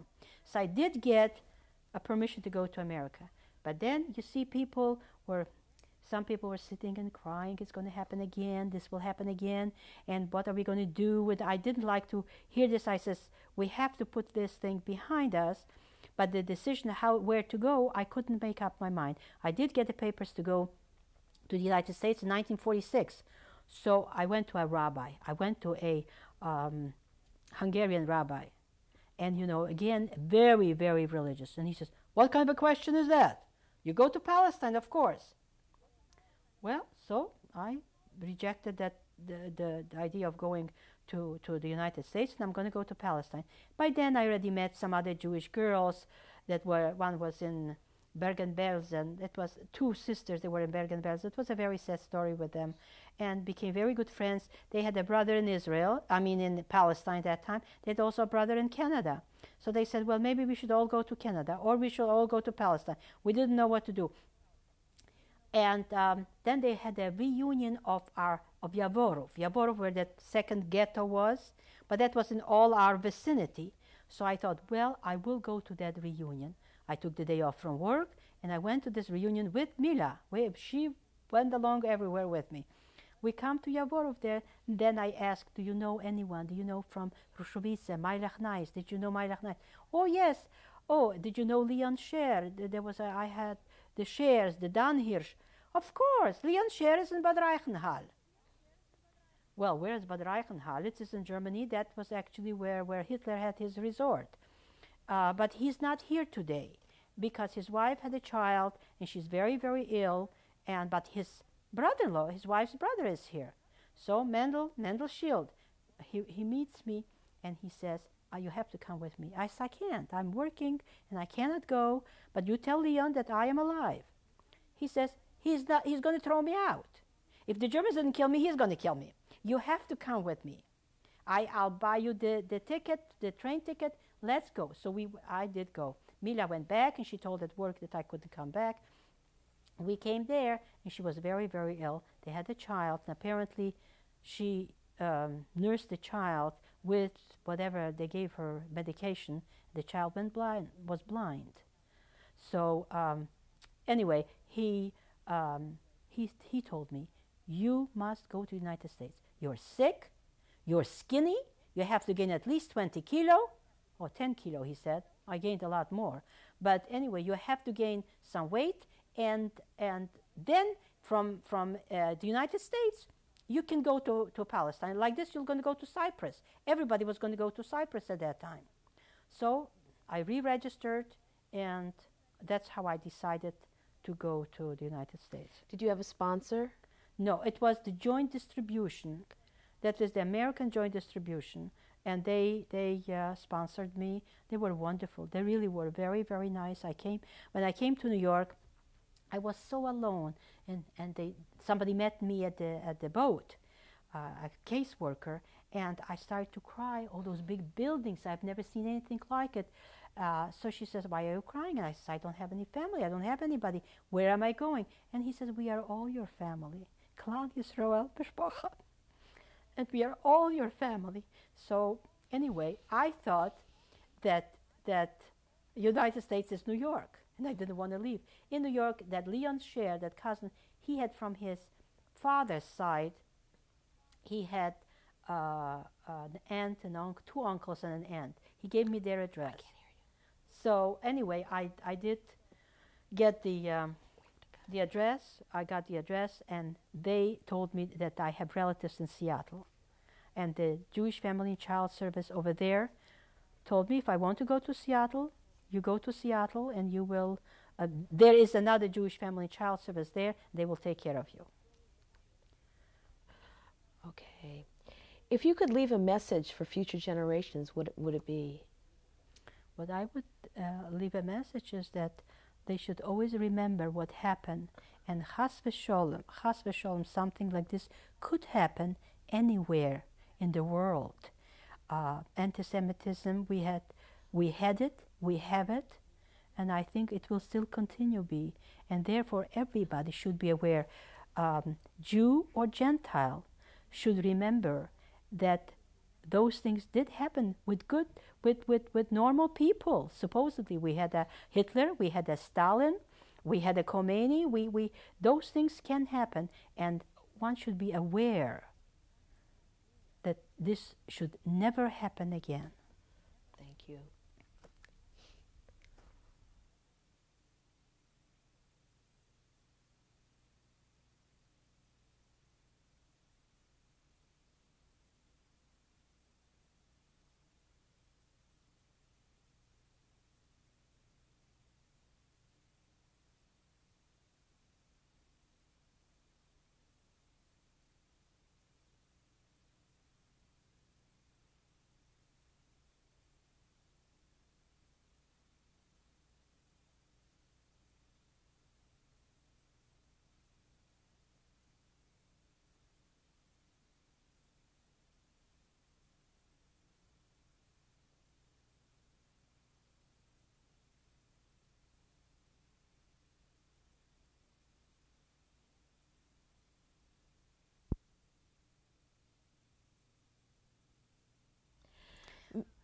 Mrs. Birulin, now we're going to look at some photographs that you have.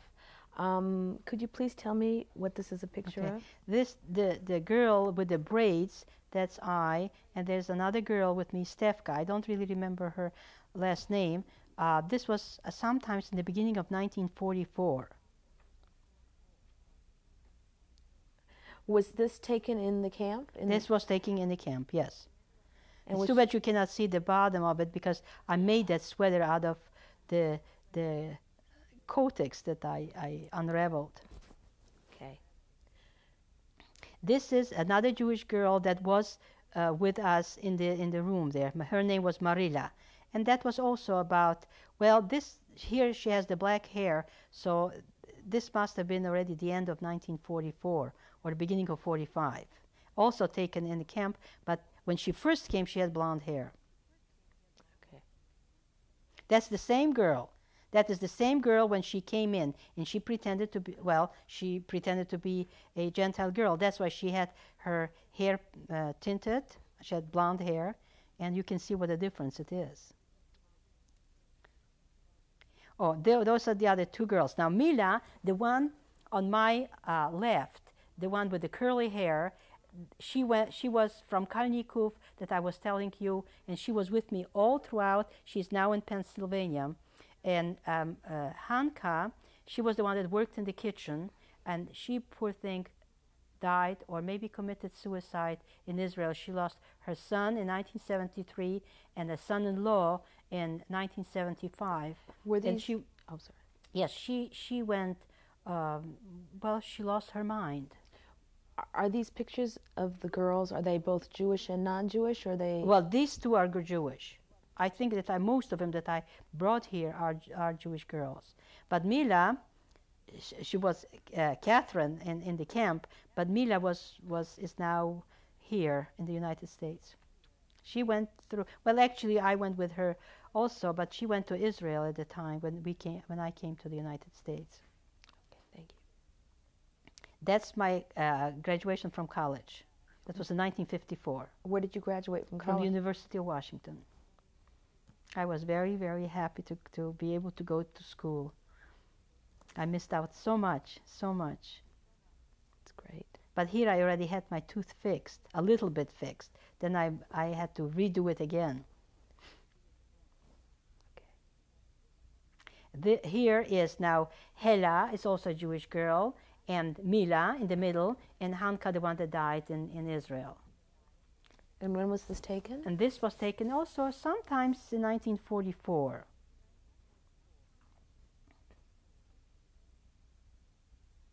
This is Marila. She died of TB. Very, very lovely girl, very intelligent girl. She was Jewish. What year did she die? She died in 1945. She died at the time when I came back to Poland. I saw her the first time I came back. I saw her, and then I took another trip. She was already gone, and she was very concerned that I would not get TB from her. So she always kept me at arm's length.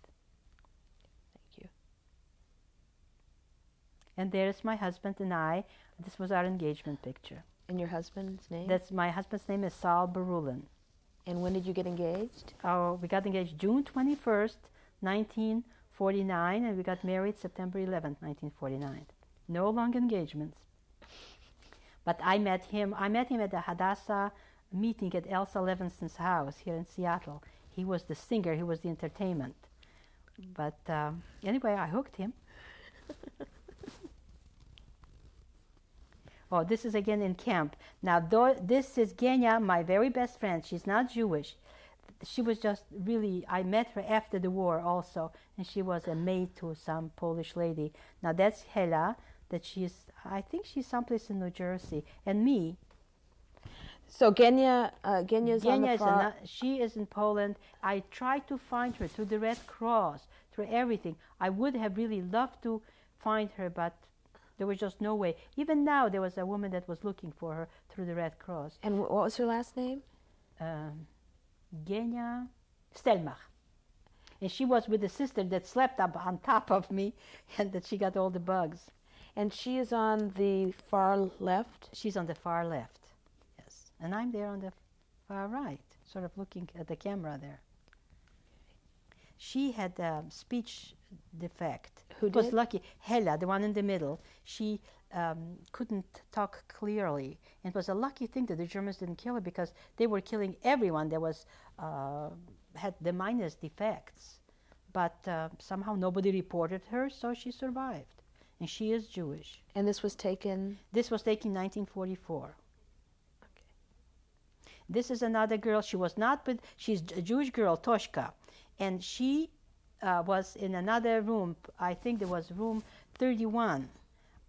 She was the 8th girl that we knew. Maybe there were some other ones that we didn't know. After the war, we understood that there was another Bronya, that she may have been Jewish, but we did not. These 8 girls, we knew about each other.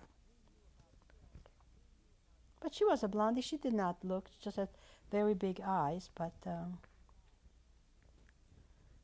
you. now, that's me. Oh, you can't see the part. I was such a little girl, really. And that is that Marilla that was blonde at first. And the blouse, the Dutch girl gave me that blouse. That's me. And that was in 1944. So how old were you in 1944? I was 15. Yeah. Now, this was the other Marilla, or the one that below. One of them is the girl that died in Israel. And this is Marilla. It was simply lucky that the Polish girls did not give her a bad time. She had very good papers. She had a very good birth certificate, and they knew, because she had that she spoke with an R, you know how the Jewish people in Europe didn't pronounce the R properly, you know. She spoke this way. She did speak a good Polish, but she walked kind of funny, and they didn't, although they were talking about it. They did find one Jewish girl that they sent her. She was from Warsaw, and she spoke 12 languages, and she should have kept her mouth shut. But they did take her, and they sent her to Auschwitz. This was taken when? This was taken also in 1944, the end of 1944. In Selb? In Selb, yes. All these pictures, I don't have any really pictures. I only have from my parents. Well, you'll see. And that's me again, that little girl there. And that's Hanya, that was in Israel. And again, in the same blouse that I got from the Dutch girl. I wish I would know where I could find her. And this was taken? In 1944.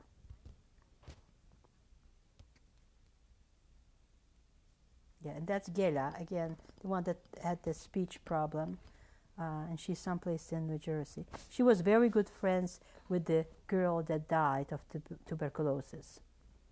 They slept one close to another. Oh, well, she doesn't, this is a Gentile girl, but I wanted to show her the P that we wore, but it doesn't show. Can you show a little bit differently that? We'll come back to that in a moment. Okay. Now here, this is already after the war. An American took the picture, and you can see that I have no tooth there. Now where can you see that? I am on the low end, in the middle. You can't recognize me. There is Hela, that is Jewish. I am in the middle.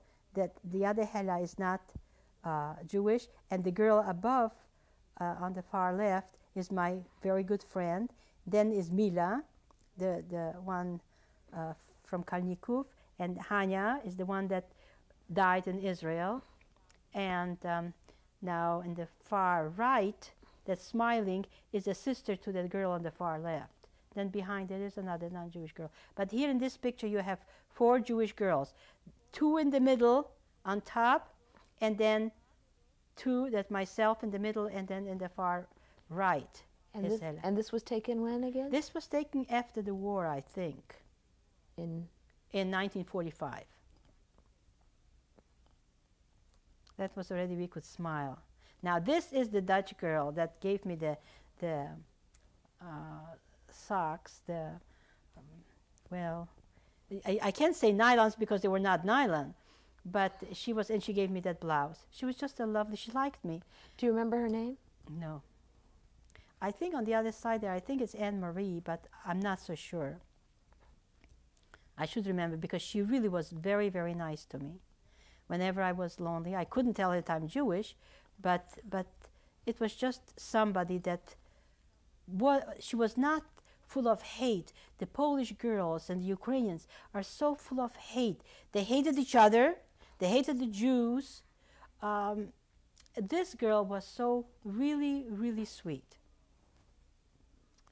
Thank you. This is my brother, David. And he had a birthmark under his eye there. That is the only picture I have. Another cousin, that's Clara's brother, he had that picture and he gave me. Do you know when it was taken? Oh, this was taken, I don't know, I really don't know. There was no date on it, on the back of it, so I really don't know. Probably in 1937, I would say, from the looks of it. And this is Ernie Pyle. That's, I came to the United States. That's the boat, Ernie Pyle. Oh, was I sick? I was terribly sick coming here. And when was that journey? That was September. I arrived September 21st, so it was sometimes the whole month of September. I know Rosh Hashanah I was on the boat. 1947. And this is my father in the Austrian army. I don't remember him that way because I remember him with a long beard. But this is when he was a young man and he was in the Austrian army. He was an officer in the Austrian army. What year? Well, he was married in 1910, so it must have been before that. He was just a young man. Okay. And this is my uncle Yitzchak. This is how my father even had a longer beard. But that is how my father, I can remember my father, with a long beard and always studying, always learning, as we would call it, lernen. Do you know where this was taken and approximately Oh, this was taken in Krakow. And this was in 1936, I think. I should have looked that up. In 1936. He was, oh, this here is, now I am on the far right there, and there my father-in-law is holding my little son, and my mother-in-law is holding my little daughter, and this is a cousin of Sal's that she is teaching at Syracuse University, and Sal is in the far left. And this was taken when? And this was taken 32 years ago. I'm looking by this age of the kids. Okay. No, 30 years ago. Now this, I just had to show this picture, is that I am standing with Sal, we are standing up, and my in-laws are sitting down. I was very fortunate to have them as parents. They really were. God took away my parents, but He sent me another set of very wonderful parents. And what were their names? Leo Birulin and Tamara Birulin. And since they had only 2 boys, so I was their little girl. Really, I could not have a mother-in-law. She was not a mother-in-law, she was really a mother to me. And I was a good daughter to her. I loved them very, very much. I don't think, I always tease my husband that I loved them more than he did. And this is, I don't know, it was some kind of a celebration there. There's my mother-in-law smiling on the far left, and my daughter, and my father-in-law sitting at the head table, and Sal sitting there next to him, and my son in the glasses already. And this is our wedding picture. September 11th, 1949. And where did you get married? Pardon? We got married at home. This is my in-laws' home, and my mother-in-law prepared everything. It was absolutely beautiful. Of course, we also lived with my in-laws for 2 years. When we were first married, we couldn't afford an apartment. This is my daughter. Oh, it doesn't show her beautiful hair. The face, this doesn't make it.